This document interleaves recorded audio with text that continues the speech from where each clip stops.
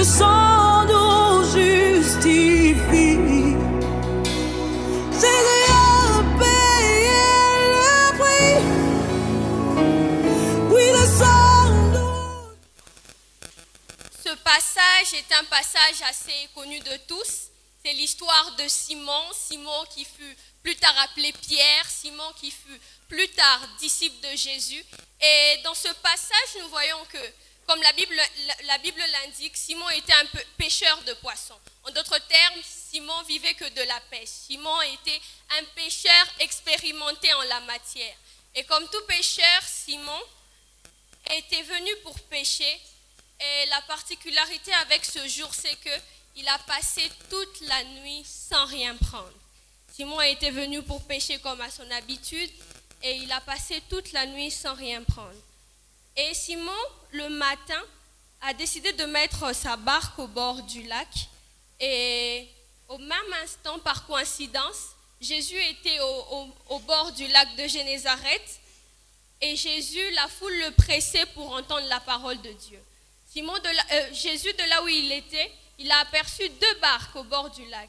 Et Jésus a entrepris de monter dans la barque de Pierre. Et Pierre a laissé monter Jésus dans sa barque, malgré qu'il avait terminé sa pêche, malgré qu'il était sur le point, je suppose, sur le point de partir. Il a laissé Jésus monter dans sa barque. Et lorsque Jésus est monté dans sa barque, Jésus a utilisé sa barque pour prêcher la foule. Jésus a utilisé sa barque pour enseigner la foule. Et lorsque Jésus a terminé d'enseigner, il a demandé à Simon d'avancer sa barque en pleine eau, d'avancer sa barque dans les profondeurs. Et lorsque Jésus lui a demandé de faire cela, Jésus lui a demandé de jeter le filet. Nous devons souligner que Simon l'avait déjà fait au départ. Simon avait déjà passé toute la nuit sans rien prendre. Simon avait déjà jeté le filet dans la mer, mais il n'a rien eu. Mais lorsque Jésus a dit à Simon de jeter son filet, Simon a obéi et il a jeté le filet au bord du lac et il a reçu une très grande quantité de poissons à un degré où les filets se rompaient, à un degré où les 2 barques étaient pleines. Et notre message de ce matin sera exploité en 3 points. Et notre thème de ce matin, notre thème est la présence de Jésus-Christ dans ta vie. La présence de Jésus-Christ dans ta vie. Est-ce que nous pouvons le répéter à notre voisin de gauche, à notre voisin de droite? La présence de Jésus-Christ dans ta vie. Encore une fois. Nous voyons dans ce passage, Simon a passé toute la nuit sans rien prendre. Mais lorsque Jésus a décidé de monter dans la barque de Pierre, nous voyons que les choses ont changé. Voilà notre premier point de ce matin. Notre premier point s'intitule « Laisse Jésus entrer dans ta vie ». Laisse Jésus entrer dans ta vie. Nous voyons que Simon, il a passé toute la nuit sans rien prendre. Simon, il a pêché, il a mis son expertise au devant. Simon a fait tout ce qu'il fallait faire. Mais malgré son expérience, ce jour-là, Simon n'a rien pris. Ce jour-là, j'imagine, je suppose même que Simon était dans un état de désespoir parce que sûrement sa famille ne vivait que de la pêche qu'il faisait. Sûrement sa famille n'attendait que les poissons qu'il allait emmener. Mais Simon a passé toute la nuit sans rien prendre. Il était sûrement déjà triste à ce moment. Simon était déjà dans un état de fatigue, je suppose.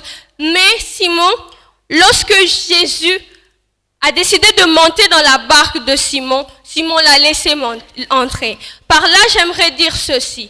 J'aimerais nous dire que lorsque Jésus est entré dans la barque de Simon, sa pêche s'est changée. Sa pêche qui était au départ une pêche catastrophique s'est changée en une pêche miraculeuse, simplement par la présence de Jésus. J'aimerais inviter chacun de nous, vous qui ne l'avez pas encore fait, dites à Jésus d'entrer dans votre vie. Lorsque Jésus entre dans la vie de quelqu'un, c'est pour transformer sa vie. Lorsque Jésus décide de monter dans la vie de quelqu'un, c'est pour changer. Vos échecs deviennent victoires simplement par la présence de Jésus. Vous n'arrivez pas à faire chose, votre vie ne marche pas dans tel domaine, c'est parce que Jésus n'est pas là. Vous devez laisser la place à votre Créateur. Vous avez été créé pour que votre vie soit remplie par Jésus. Lorsque Jésus n'a pas la place, votre vie n'a pas de sens. Lorsque Jésus n'a pas de place dans votre vie n'a pas de sens. Laissez Jésus entrer dans votre vie. Lorsque Jésus entre dans ta vie,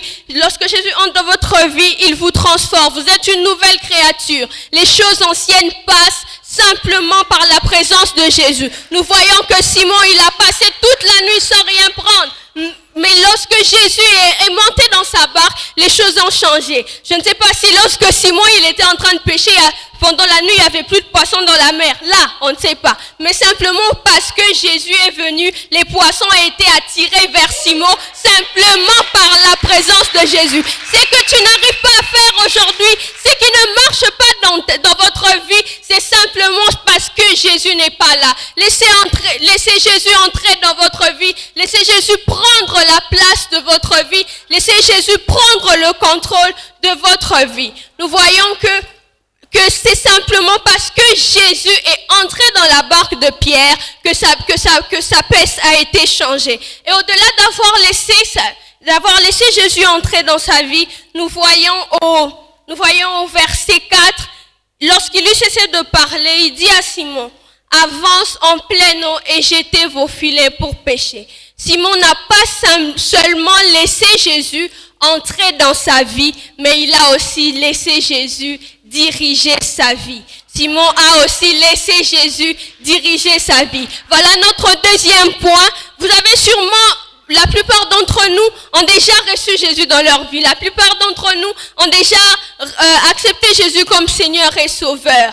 Mais peu sont ceux-là qui se laissent diriger par Jésus. Lorsque nous faisons notre prière d'acceptation, nous avons l'habitude de dire, Seigneur, je te reçois, Jésus, je te reçois comme mon Seigneur et mon Sauveur. Mais nous oublions cet état de Seigneur. Jésus est la plupart du temps vu comme simplement notre Sauveur, comme simplement Jésus qui aime, comme simplement Jésus qui est bon, comme simplement Jésus qui nous bénit.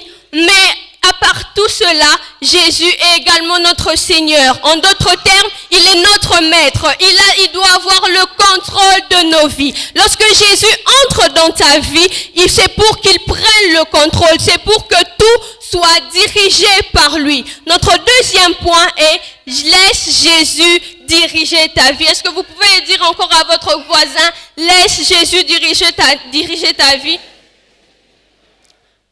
Tu dois laisser Jésus diriger ta vie parce que nous ne savons pas ce à quoi notre vie est formée. Mais Dieu, lorsqu'il nous crée, il a un plan pour nos vies. C'est simplement parce que Jésus était monté dans la barque de Pierre et que Pierre s'est laissé diriger par lui, que Pierre, le pêcheur de poissons, a été changé en Pierre le disciple. Au départ, il était qu'un pêcheur de poissons, mais Jésus l'a fait devenir un pêcheur d'hommes, simplement parce qu'il a laissé Jésus diriger sa vie. J'aimerais nous dire en ce matin, Jésus doit prendre le contrôle. Jésus doit diriger notre vie. Jésus doit être le maître de notre vie. Notre vie ne doit pas être conduite par nous-mêmes. C'est comme l'apôtre Paul, il le dit, j'ai été crucifié avec Christ. Mais si je vis aujourd'hui, c'est parce que Christ vit en moi. Si j'ai été crucifié avec Christ, si je vis aujourd'hui, c'est parce que Christ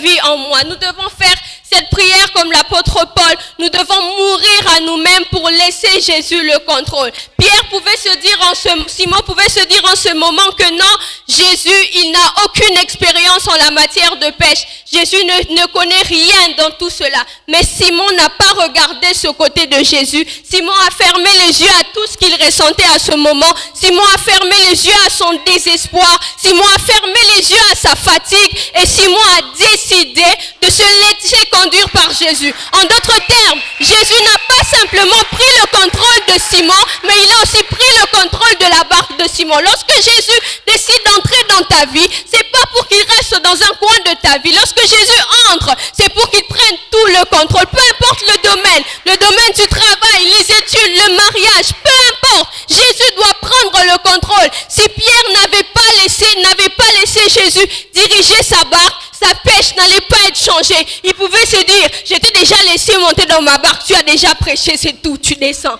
Mais il n'a pas fait tout cela. Il a laissé Jésus diriger sa vie. Il a fermé ses yeux à son expertise. Il a fermé ses yeux à tout ce qu'il a eu à faire. Et il a laissé Jésus diriger ta vie. Certains me poseront la question, comment on peut se laisser diriger par Jésus? Certains peuvent me dire, mais non, Jésus, il est dans le ciel. Comment on peut faire pour se laisser diriger par lui? Mais nous pouvons nous laisser diriger par Dieu, par sa parole. La parole de Dieu est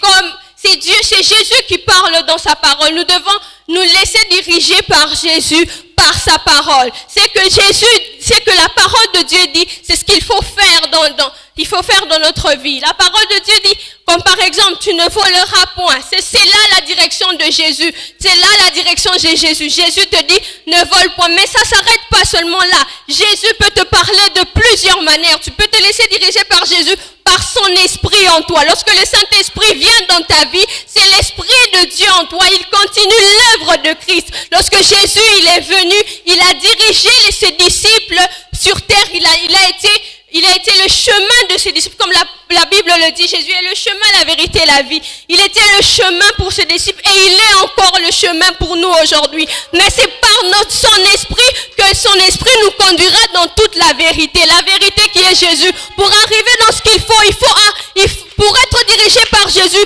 il faut entendre ce que le Saint-Esprit te dit. Tu peux pas te laisser diriger par Jésus par tes propres forces. Parce que ce que Dieu vous demandera de faire sera différent de ce que Dieu me demandera de faire. Tu as besoin d'entendre quelque chose de particulier pour toi. Tu as besoin d'entendre quelque chose de particulier pour toi pour être dirigé par Jésus. Il faut aussi être attentif à l'Esprit de Dieu. Pour être dirigé par Jésus, il faut prier. Parce que c'est vrai que Dieu, il connaît tout, mais il a aussi besoin que nous puissions lui dire ce que nous voulons faire. Il a aussi besoin que nous puissions lui parler dans la prière. Tu te laisseras diriger par Jésus si tu pries. Tu te laisseras diriger par Jésus si Jésus prend le contrôle. Et nous voyons ici Simon, il a laissé Jésus entrer dans sa barque. Il a laissé Jésus diriger sa barque. Mais il a également obéi à ce que Jésus lui disait. Il a également obéi à ce que Jésus lui disait. Nous voyons ici au verset 5, Simon lui répondit, « Maître, nous avons travaillé toute la nuit sans rien prendre. Mais sur ta parole, je jetterai le filet. » Tu dois obéir à Jésus. Notre troisième point de ce matin est l'obéissance à Jésus. Obéir à Jésus. Simon n'a pas seulement laissé Jésus diriger sa barque, mais il a aussi obéi à ce que Jésus lui dit. Beaucoup sont ceux-là nous sommes tous là chaque dimanche à entendre ce que Dieu nous dit, ce que Jésus nous dit par sa parole, mais peu sont ceux-là qui obéissent réellement à ce que Jésus dit. Peu sont ceux-là qui obéissent réellement à ce que Jésus dit. Comme je le disais au départ, la direction que Jésus peut donner à une personne est différente de ce qu'il peut donner à une autre personne. Mais c'est pas parce que ce que Dieu vous demande de faire est différent de l'autre que tu ne le feras pas. Non, chacun a sa destinée, chacun a quelque chose que Dieu prépare. Lorsque Jésus vous dit, fais ça, fais ceci. Lorsque Jésus te dit, ne mange pas de la viande pendant 1 mois. C'est parce que Dieu réserve quelque chose derrière tout cela. Si Jésus, il dit à une autre personne, ne mange pas les légumes pendant 1 mois, c'est pas parce que Jésus a dit à l'autre de ne pas manger la viande que toi, tu ne mangeras pas les légumes en disant que non. Pourquoi lui, il a été privé de la viande et moi des légumes. Chacun a sa destinée. Chacun a sa destinée. Dieu te demandera de faire quelque chose de différent selon ce qu'il attend de toi. C'est que Dieu te demandera de faire. L'obéissance que tu auras de Jésus, c'est grâce à cela que tu auras ton miracle. En d'autres termes, pour le cas de Simon, l'obéissance a été le chemin pour le miracle de Simon. Si Simon n'avait pas obéi, son miracle n'allait pas s'accomplir. Nous sommes là, Seigneur, dis-moi qu'est-ce que tu veux que je fasse. Dis-moi ce que tu veux que je fasse. Mais lorsque Jésus décide de nous dire ce qu'il faut, nous mettons cette parole de côté. C'est comme si Jésus, il parlait en l'air. Tu as demandé la direction de Jésus. Jésus te donne cette direction et tu ne la mets pas en pratique. À quoi ça sert? Lorsque Jésus, il te parle, c'est pour que tu puisses obéir. C'est pour que vous puissiez obéir. L'obéissance à Jésus l'obéissance pour Simon a été comme un chemin pour son miracle. C'est parce que Simon avait obéi qu'il a eu à voir tout ce qui s'est passé. En d'autres termes, l'obéissance est le fait, je peux dire que lorsque quelqu'un obéit, c'est comme quand quelqu'un, comme ici dans le cas de Simon, il a obéi simplement parce qu'il a mis tout ce qu'il savait de côté. L'obéissance à Jésus est comme le fait de fermer les yeux à tout ce qui se passe autour de nous, de fermer les yeux à ce que nous connaissons, à ce que notre cœur nous dit, pour simplement suivre ce que Jésus nous dit. Pour simplement suivre ce que Jésus nous dit. Pour obéir à Jésus, il faut avoir confiance en la parole de Jésus. Nous voyons ici, Simon a dit, nous avons péché toute la nuit sans rien prendre. Mais sur ta parole, je jetterai le filet. En d'autres termes, il pouvait dire, Jésus, si c'était quelqu'un d'autre, je n'allais pas jeter le filet. C'est simplement parce que tu m'as dit de le faire que je le fais. Si c'était quelqu'un d'autre, je n'allais pas le faire. C'est comme ce que Dieu nous demande de faire. C'est simplement parce que Dieu nous le demande de faire que nous le faisons. Si c'était quelqu'un d'autre, nous n'allons jamais le faire. Nous devons avoir cet état d'esprit comme Simon l'a eu. Il a dit que c'est simplement parce que Jésus a parlé qu'il a obéi.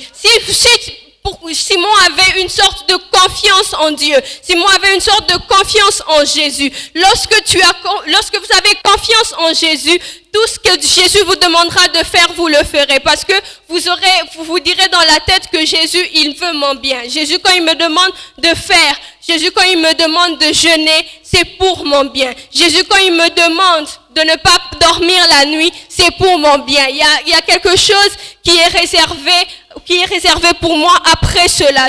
Il faut l'obéissance à Jésus. Pour obéir à Jésus, il faut avoir confiance en la parole de Jésus. Il faut avoir confiance en la parole de Jésus. La Bible dit que l'obéissance vaut mieux que le sacrifice. L'obéissance vaut mieux que le sacrifice. Pour se sacrifier, il faut obéir. Rien que l'obéissance est un sacrifice. Parce que je me dis que si moi j'étais Simon à ce moment, je n'allais jamais obéir à Jésus. Parce que c'est comme un médecin qui donne c'est comme un pasteur plutôt qui donne un conseil à un médecin comment opérer un malade. Ce médecin se dira, mais non, toi ton travail est de prêcher. Toi ton travail est de enseigner les autres. Tu n'as rien à me dire dans mon opération. Mais Pierre n'a pas vu tout cela. Pierre a obéi à Jésus. Il a fermé les yeux à tout ce qu'il connaissait. Il a fermé les yeux à tout ce qu'il pouvait se dire qu'il pouvait faire. Il a juste cru en ce que Jésus lui disait. Il a eu confiance en la parole de Jésus. Il a obéi. C'est ce que j'aimerais nous dire à chacun de nous ce matin. Vous devez obéir à Jésus. Vous devez obéir à Jésus. Et l'obéissance ne marche qu'avec la confiance. C'est parce que nous avons confiance en Dieu que nous obéissons. Et pour avoir confiance en Dieu, il faut connaître le Dieu que tu pries. Il faut connaître le Dieu que tu sers. Si tu connais que Jésus n'est pas un menteur, que Dieu ne se réunit pas lui-même, tu sauras obéir à Jésus parce que tu connais le Jésus que tu pries. Pour obéir, il faut avoir confiance en Dieu. Pour obéir, il faut connaître Dieu. Et en ayant confiance en lui et en connaissant Dieu, nous pourrons obéir. Peu importe ce qui se passe devant nous, peu importe, nous allons obéir. C'est comme Pierre qui pouvait se dire que non, je n'obéis pas à Dieu. Non, je n'obéis pas à Dieu. Je fais ce que j'ai à faire. Il pouvait se dire, mais non, moi j'ai jeté le filet. Je suppose que Pierre aussi, que Simon était allé aussi dans les eaux provantes. Il pouvait se dire, qu'est-ce qu'il me dit qui est différent de ce que j'ai fait? Qu'est-ce qu'il me dit qui est différent de ce que j'ai fait? Mais il a obéi à Dieu. Il a obéi à Jésus. J'aimerais ouvrir une parenthèse. Jésus, c'est par ce que Simon avait que Jésus a utilisé ce qu'il avait. C'est parce que Simon savait jeter le filet dans la mer qu'il a reçu le poisson. En d'autres termes, certains se disent, lorsque Jésus, comme peut-être je parle, vous vous dites que Jésus, il prend le contrôle de ma vie, je meurs. Certains se diront, mais mes études que moi j'ai fait, à quoi ça sert? Tout ce que j'ai fait, ça sert à rien. Jésus, il viendra, il va prendre. C'est parce que tu as que Jésus va utiliser cela. C'est par la barque de Simon. Jésus a commencé par utiliser la barque de Simon pour enseigner la foule. Mais Simon pouvait se dire, il est venu dans ma barque, moi je suis triste, je n'ai rien eu, mais il ne m'a pas touché. Par ma barque, il a commencé à bénir les autres sans me bénir moi. Il pouvait se dire, mais Jésus, il m'a laissé. Nous disons, il entend sûrement Jésus. À ce moment, il était en train d'enseigner à la foule. Il se dit, mais moi je gagne quoi dans tout cela? Qu'est-ce que je gagne? J'ai donné ma barque, mais pour qu'au final je puisse rien avoir. C'est ce que certains chrétiens se disent. Ils se disent, mais oui, Jésus il entre dans ma vie. C'est simplement parce que pour bénir les autres, moi j'ai quoi après ça? Moi j'ai quoi après ça? Mais vous devez savoir que lorsque Jésus prend le contrôle de la vie de quelqu'un, c'est d'abord pour utiliser sa vie pour bénir les autres, mais tu as aussi ta part de bénédiction après cela. Ne te dis pas que simplement parce que Jésus prend le contrôle que toi tu n'as rien. Vous avez votre part de bénédiction dans tout cela. Si Simon n'avait pas laissé Jésus utiliser sa barque pour prêcher à la foule, le miracle de Simon n'allait pas se passer. Jésus a commencé par enseigner la foule et ensuite il s'est attaqué à Simon. Ensuite, il a résolu le problème de Simon. Peu importe ton problème, laisse Jésus diriger ta vie, laisse Jésus entrer dans ta vie. Jésus a le contrôle de ta vie. Lorsque Jésus entre dans la vie de quelqu'un, c'est pour le transformer. Lorsque Jésus entre dans la vie de quelqu'un, c'est pour changer ses échecs en victoire. Lorsque Jésus décide de diriger ta vie, c'est pour que les choses changent dans ta vie. Peu importe le domaine, nous avons besoin de Jésus, peu importe le domaine, même dans les domaines des études, rien qu'en révision peut-être pour tes examens, Jésus, tu peux entendre le Saint-Esprit te dire, lis sur ce chapitre, tu te diras, mais bon, pourquoi je lis sur ce chapitre? Le prof nous a dit de lire sur 5 chapitres, mais le Saint-Esprit te dit, lis sur un chapitre. Se laisser diriger par Dieu, en d'autres termes, c'est comme quelqu'un qui va à Dubaï. Vous pouvez aller à Dubaï. Dubaï est une ville très merveilleuse, mais si vous n'avez pas un guide, vous allez rater ces merveilles. Quelqu'un peut partir à Dubaï et revenir et il reste à l'aéroport. Il ne voit pas toutes les merveilles qui sont cachées derrière tout cela parce qu'il n'a pas un guide. Tu ne verras tout ce que Dieu a prévu pour toi. Il a des projets de paix et non de malheur. Mais pour que ces projets s'accomplissent, il faut que tu aies Jésus-Christ comme guide. Il faut que tu aies Jésus-Christ comme guide. Jésus sait ce qui est bon pour toi. Jésus a la maîtrise du temps. Il sait que si tu fais A, c'est pour qu'à la fin, tu sois béni de telle manière. Nous ne savons pas ce qu'il faut faire, simplement, nous ne savons pas ce qu'il faut faire parce que nous n'avons pas la maîtrise du temps. Nous ne savons pas que après si je fais, nous ne savons même pas comment cette journée va se terminer. Mais Jésus, il sait comment cette journée va se terminer. Donc s'il te dit, entre dans cette église, c'est parce qu'il sait que tu as une bénédiction ici. Lorsque Jésus te dit, prie pour telle personne, c'est parce que Jésus sait ce qui peut venir après. Se laisser diriger par Dieu, avoir la présence de Jésus dans sa vie est une sorte de sagesse. Avoir la présence de Jésus-Christ dans notre vie est une sorte de grâce. Et nous ne pouvons pas louper toute cette grâce.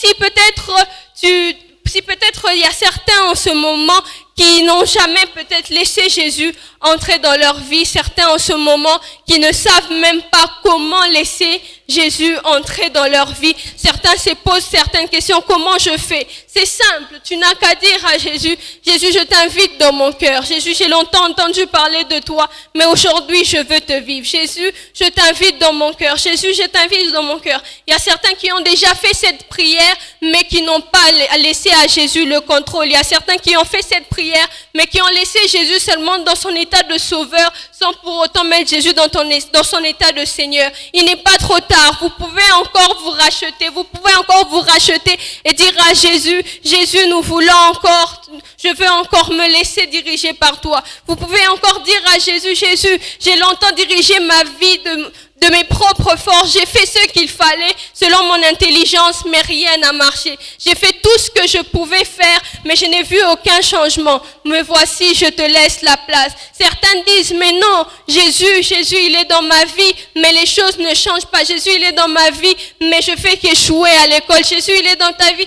C'est vrai que tu as laissé Jésus. C'est vrai que vous avez laissé Jésus diriger votre vie, mais Jésus n'intervient pas parce que vous ne le faites pas intervenir. Si Simon n'avait pas laissé Jésus entrer dans sa barque, si Simon n'avait pas accepté que Jésus entre dans sa barque, sa pêche n'allait pas être changée. Sa pêche n'allait pas être changée. Si Simon n'avait pas entendu la direction de Jésus, sa pêche n'allait pas être changée. C'est simplement parce qu'il a entendu ce que Jésus lui disait de faire. C'est simplement parce qu'il a obéi à Jésus. Il y a des gens peut-être en ce moment qui ont eu à demander la volonté de Dieu dans tel ou tel domaine. Mais lorsque Jésus te donne ce qu'il veut, tu ne le fais pas, en pensant que ce que Dieu te demande de faire est mal pour toi. Mais j'aimerais te dire que tout ce que Dieu te demande de faire est bon pour toi. Même si selon ton intelligence, tu trouves que ce que Jésus te demande de faire est pas bon pour toi.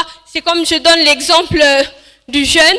Certains, les médecins peuvent te dire, mais non, tu vas souffrir de l'estomac, tu vas souffrir de telle ou telle autre maladie. Mais lorsque Jésus, il te demande de le faire, il sait que tu peux souffrir de cette maladie. Il sait qu'en faisant ça, en ne dormant pas la nuit, tu peux souffrir du surménage. Tu peux souffrir du surménage. Mais malgré ça, il faut voir ce que Jésus nous demande de faire. Il faut voir Jésus dans son état de ce Jésus qui nous veut que du bien. Tu dois voir Jésus dans son état de Jésus qui nous fait du bien. J'aimerais nous demander de nous tenir debout. Nous allons prier.